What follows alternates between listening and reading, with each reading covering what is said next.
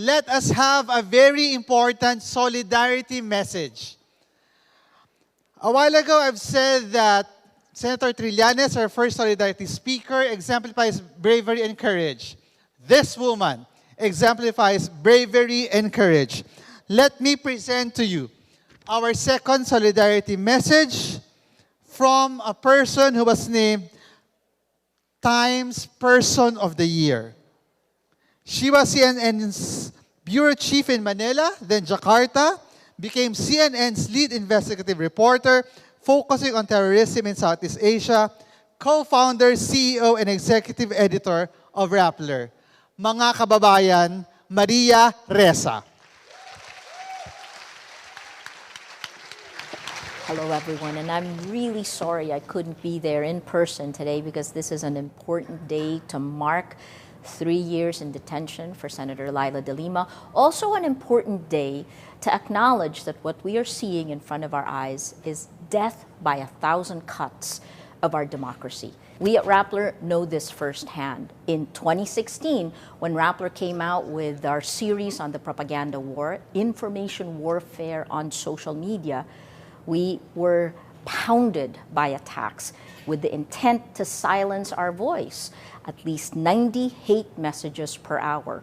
That was followed a year later by the same attacks coming from the most powerful man in the Philippines.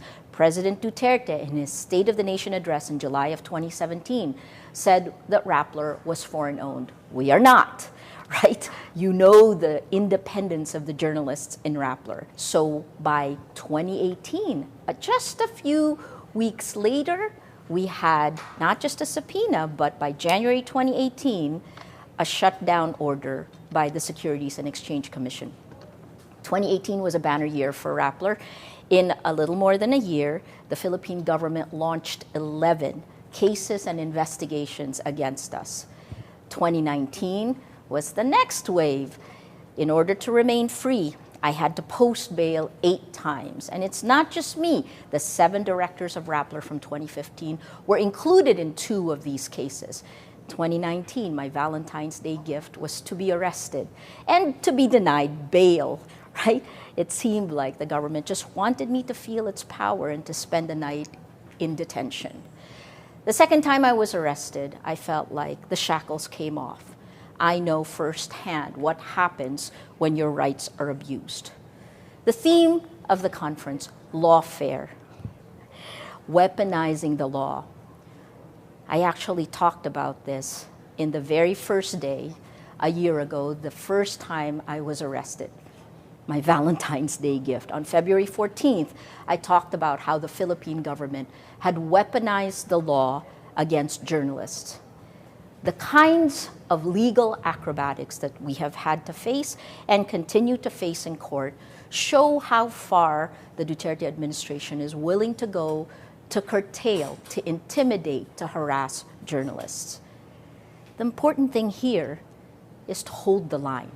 We at Rappler stand by that. We will not voluntarily give up any of the rights guaranteed by the Constitution.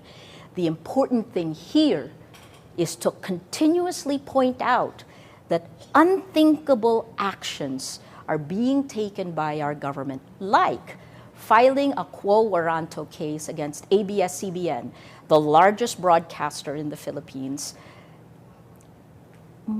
just a little more than a month before its franchise is actually ending, right? This is a machine gun approach to try to control the largest network in the Philippines, and it filters down to all of our rights. Remember that press freedom is the foundation of every right that's guaranteed in our Constitution. So what do we have to do? We have to make sure that we do not normalize unthinkable acts that would never have been possible under any other administration in the Philippines after 1986. And we have to remind ourselves of 1986. This country coined people power. This country fought for its freedom. What we've seen in the last 3 years is how social media has gone after the facts, right? The kind of money that has been thrown onto social media, the disinformation networks that make you doubt what the facts are. Remember, a lie told a million times becomes truth, becomes a fact. Without the facts, you can't have truth. Without truth, you can't have trust. This is why our democracy is as weak as it is today, because without the public square, without the facts, we cannot have democracy. Even though we hope for the best, we're prepared for the worst. And that's what I hope you will take up here. What we've seen over the last 3 years is the 3 C's: corrupt, coerce, co-opt.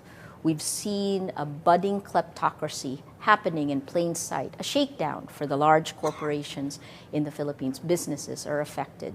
I hope today you discuss exactly how we can protect the rights that are guaranteed by the Constitution and bring back a robust democracy.